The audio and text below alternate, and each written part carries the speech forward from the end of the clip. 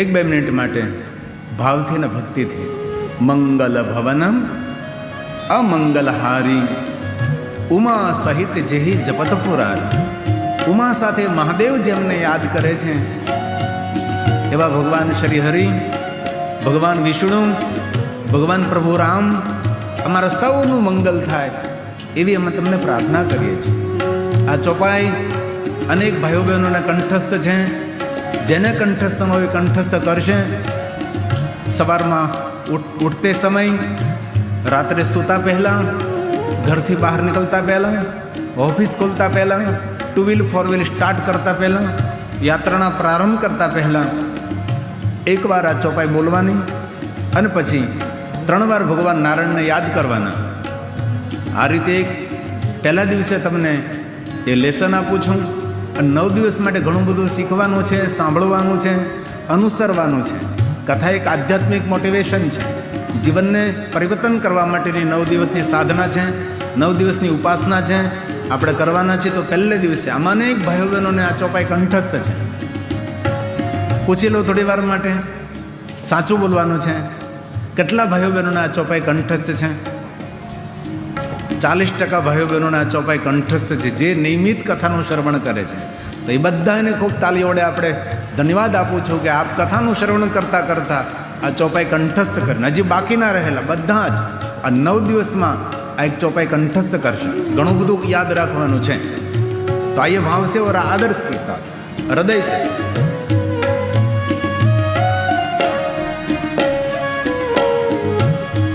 मंगल भवन अमंगल हारी उमा सहित जेही जपत पुरारी.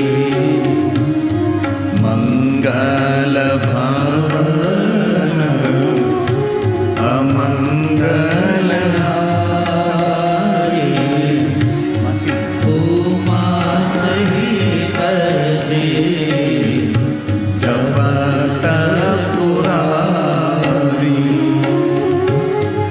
ओम नमो नारायण नारायण. बोलिए बोलिए. ओम नमो नारायण नारायण. ओम नमो नारायण नारायण. ओम नमो नारायण नारायण. ओम नमो नारायण नारायण. ओम नमो नारायण नारायण.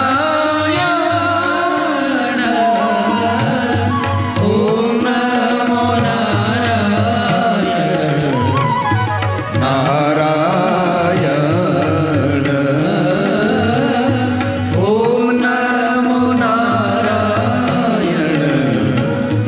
नारायण. ओम नमो नारायण नारायण. ओम नमो नारायण नारायण. ओम नमो नारायण नारायण.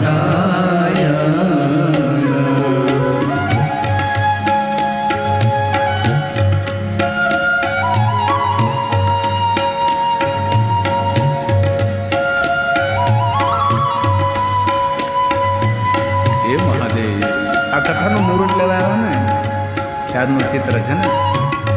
આપ જ્યારે કથા માટે આવ્યા હતા ત્યારનું છે. ટેલિવિઝનમાં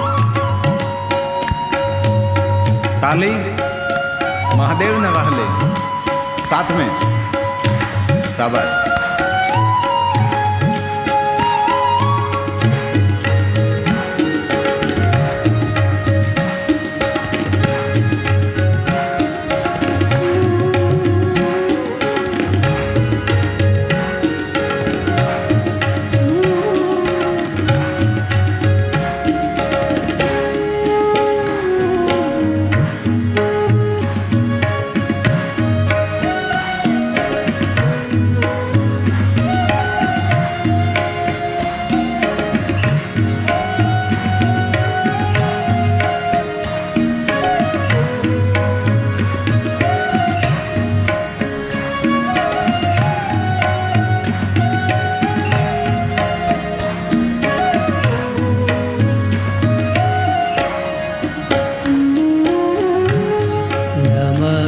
शिवाय नमः शिवाय। बोलिए, आवाज निकालिए साथ में।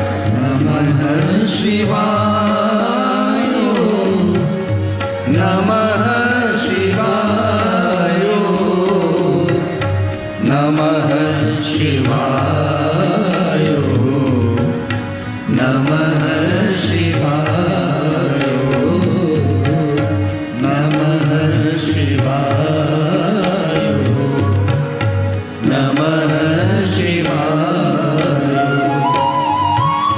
नमः शिवाय नमः शिवाय नमः शिवाय नमः शिवाय नमः शिवाय नमः शिवाय नमः शिवाय नमः शिवाय नमः शिवाय नमः शिवाय नमः शिवाय नमः शिवाय।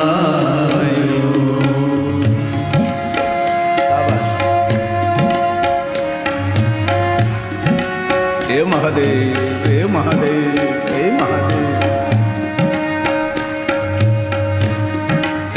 हलता चलता बेचता उठता खाता पीता ऊँगता जागता, घर में वन में शमशान में, पवित्र अवस्था में अपवित्र अवस्था में निरंतर दिवागरे वर्तते तस्य सफलम जीवितम। महादेव महादेव महादेव महादेव महादेव।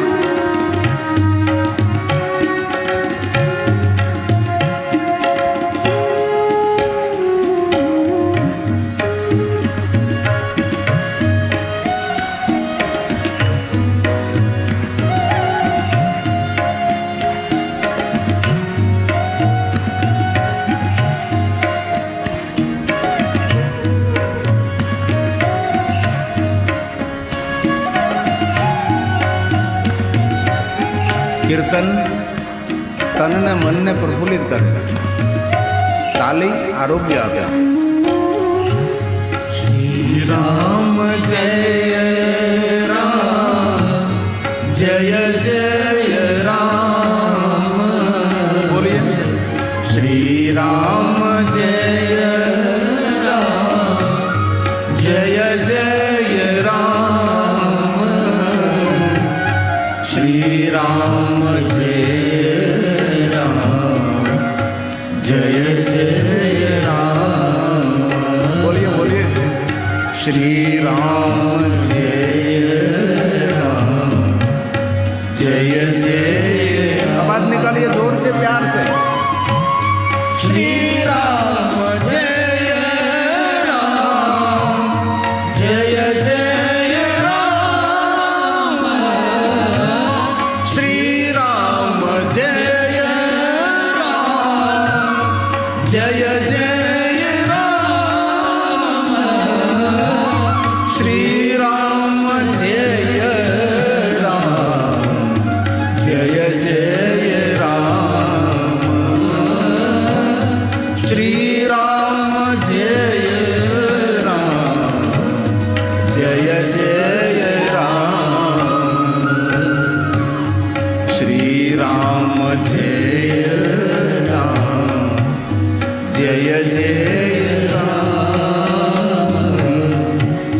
श्री राम जय राम जय जय राम।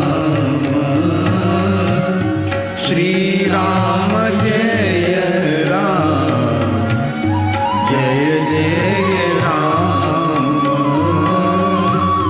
श्री राम जय राम जय जय राम।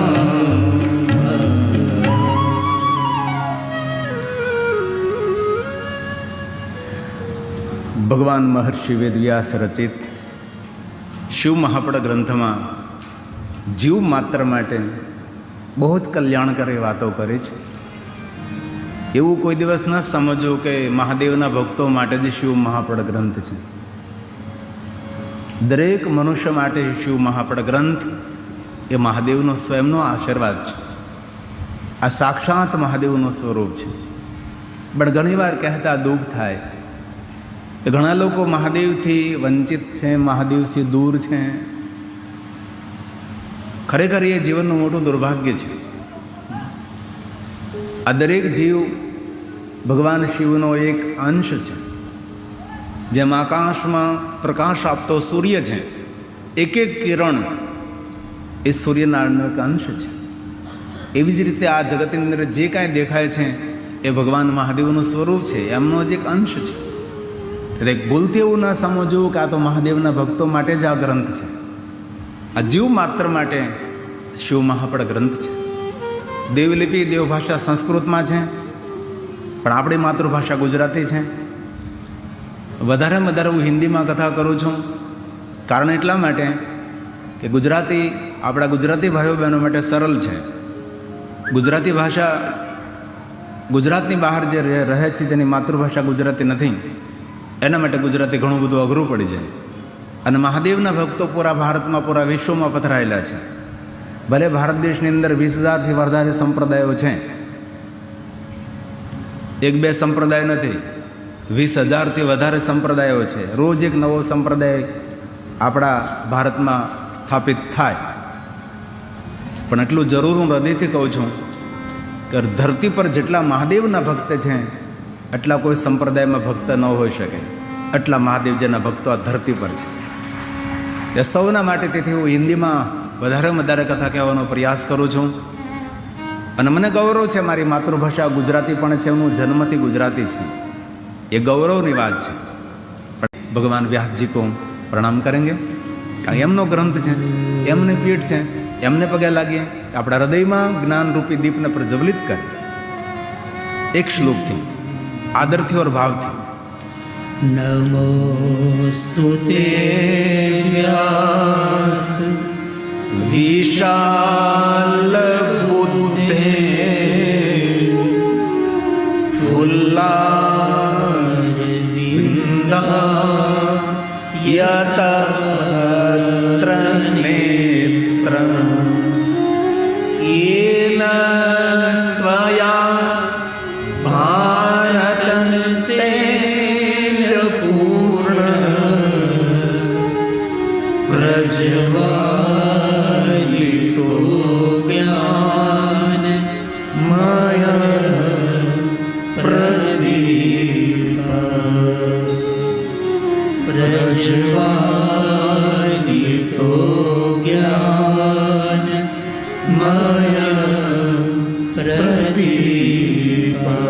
ભગવાન વ્યાસજીને પ્રણામ કરીએ.